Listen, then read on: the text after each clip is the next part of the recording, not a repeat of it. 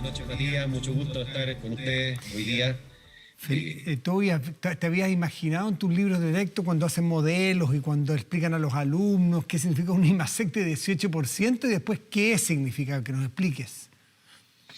Bueno, es bien notable, pero como tú apuntabas hace un momento atrás, en 12 meses crece 18%, pero estamos comparándonos con una base muy baja, porque la mayor caída del año pasado fue de 15% también en el mes de mayo. Por lo tanto, la actividad económica en el mes de mayo fue de 18% de crecimiento. Es una buena medida de recuperación. Es una buena noticia, no queremos esconder eso. Es una buena noticia, pero es básicamente un rebote de la economía chilena. Buena parte de esto es rebote y está apalancado en cosas como, por ejemplo, el retiro de los 10%, los 3 retiros de 10% de las cuentas de las AFP, está apalancado en las ayudas del gobierno, en el IFE, que solamente en el IFE hay alrededor, no todavía, pero de aquí a agosto, comienzo de septiembre, van a haber 14.000 millones de dólares entregados.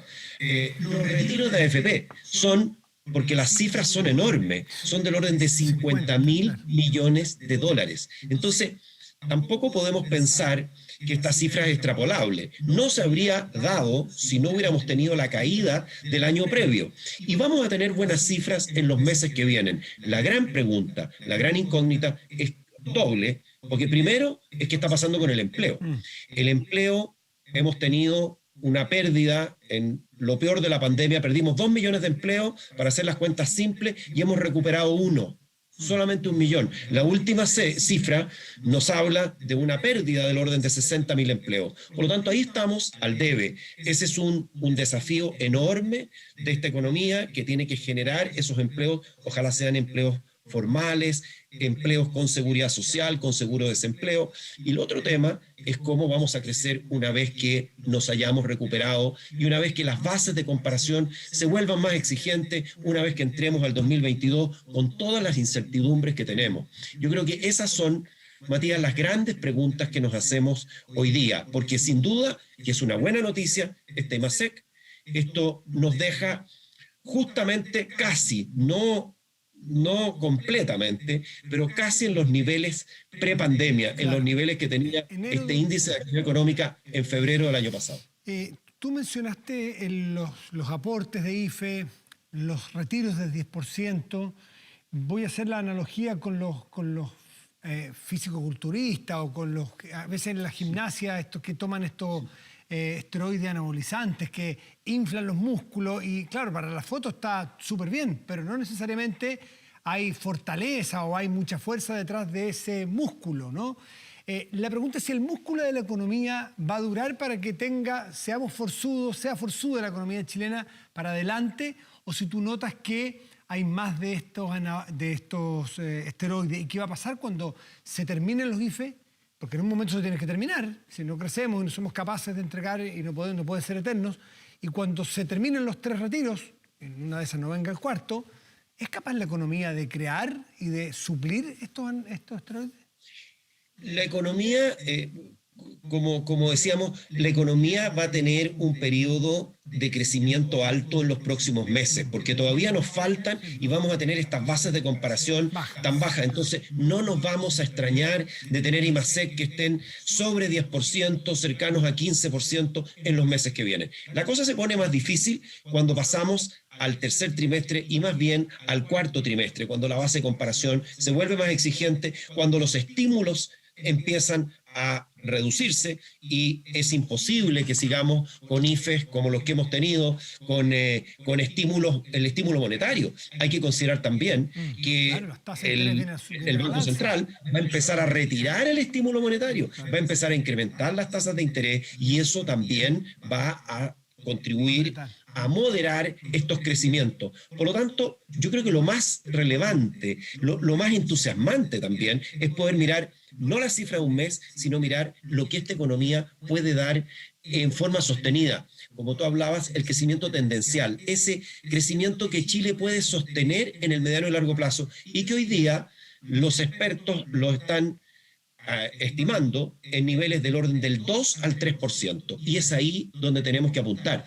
No porque el crecimiento sea un fetiche, no porque el crecimiento en sí sea la única variable, pero es una variable necesaria. Nos da más recaudación fiscal para apuntalar los programas sociales, nos da mejores empleos, mejores salarios, un ambiente más propicio para los emprendedores. Yo creo que todos estos elementos vienen con el crecimiento, que no es suficiente, por supuesto que no es suficiente, pero que es necesario, por Dios que lo es. Le sacamos la radiografía a este cuerpo escultural que es la economía hoy, de mayo, o el escáner. ¿Qué es lo que aparece? ¿Qué deficiencias aparecen? Porque se ve todo bien, 18,1 es salir a descorchar champaña si uno fuese un ignorante. Y estamos tratando de desasnarnos aquí, de entender qué es lo que hay detrás. Rasquemos un poquitito. ¿Dónde están las falencias a tu juicio?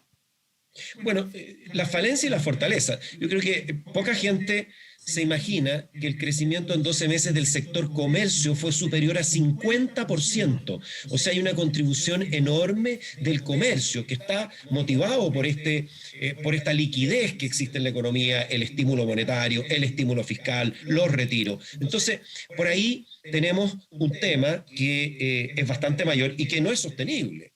Claramente no lo es. Entonces, yo diría que ¿dónde están hoy día la minería, por ejemplo? Dentro de este tremendo IMASEC, la minería cae. Entonces, por ahí cae, ¿por qué? Porque hay problemas de ley, porque hay mantenciones de faena en algunas minas, ¿no es cierto? Y eso hace que ese sector, que es un sector importante en la economía, junto con este notable crecimiento, caiga.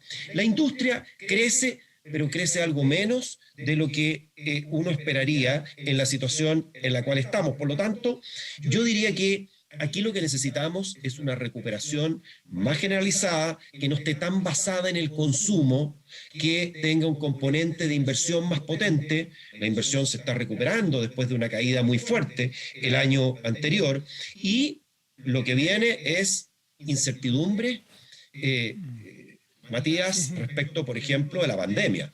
Porque que estamos progresando también en pandemia, sí, las cifras de contagio están cayendo, la utilización de camas UCI, las restricciones se están relajando de a poco, ¿no es cierto? Y eso va a ayudar también, no solamente al bienestar de las personas, va a ayudar también a la economía.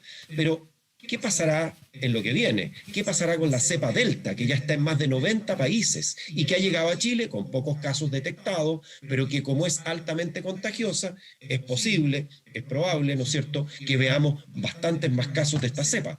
Entonces, todas estas son incertidumbres junto al proceso constituyente, junto a las elecciones. Y la incertidumbre regulatoria, Felipe, ¿cómo las ves tú para activar y para mejorar la inversión? Bueno, yo creo que ahí hay otro tema, definitivamente.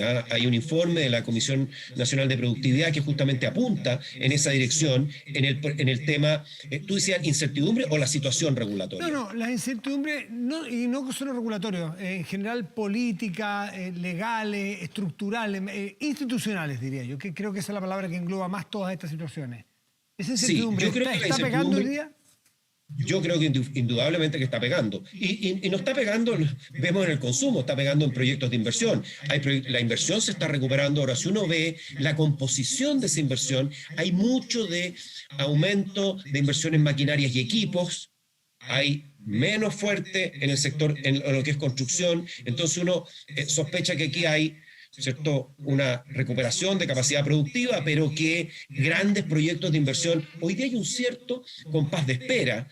A mí me toca verlo, conversando, analizando este tema, ¿cierto?, una vez que se despejen estas incertidumbres, y no solamente despejar las incertidumbres, sino cómo se despejan, va a determinar la recuperación de nuestra economía y las posibilidades de crecimiento futuras. Yo diría que hay un tema con la inversión. La incertidumbre le pega especialmente a la inversión y es ahí donde hay que apuntar. Hay otro tema mayor que tiene que ver con el más largo plazo, ¿no es cierto?, con el tema de productividad. En la productividad perdimos el año pasado, tuvimos una caída importante, estamos viendo una recuperación, pero una recuperación que es relativamente de corto plazo, una recuperación más cíclica que estructural, y pienso que este es uno de los temas que vamos a tener que abordar. Recientemente el ministro de Hacienda, Rodrigo Cerda, ha llamado a una comisión de expertos para para poder analizar los temas de crecimiento de más largo plazo. Y yo creo que es un tema absolutamente central, porque muchas veces estamos en el corto plazo, estamos muy centrados en lo que está pasando ahora, y tal vez un periodo con tantas elecciones, analizar estos temas que son de más largo plazo, tal vez tienen menos interés o menos urgencia, pero yo creo que son absolutamente esenciales para que nuestro país se pueda seguir desarrollando a futuro. Felipe Larraín, ex ministro de Hacienda, muchas gracias por esta conversación. Que esté muy bien. Gracias como siempre. Muchas gracias, Matías. Chao, buenas Un gusto noches. estar acá.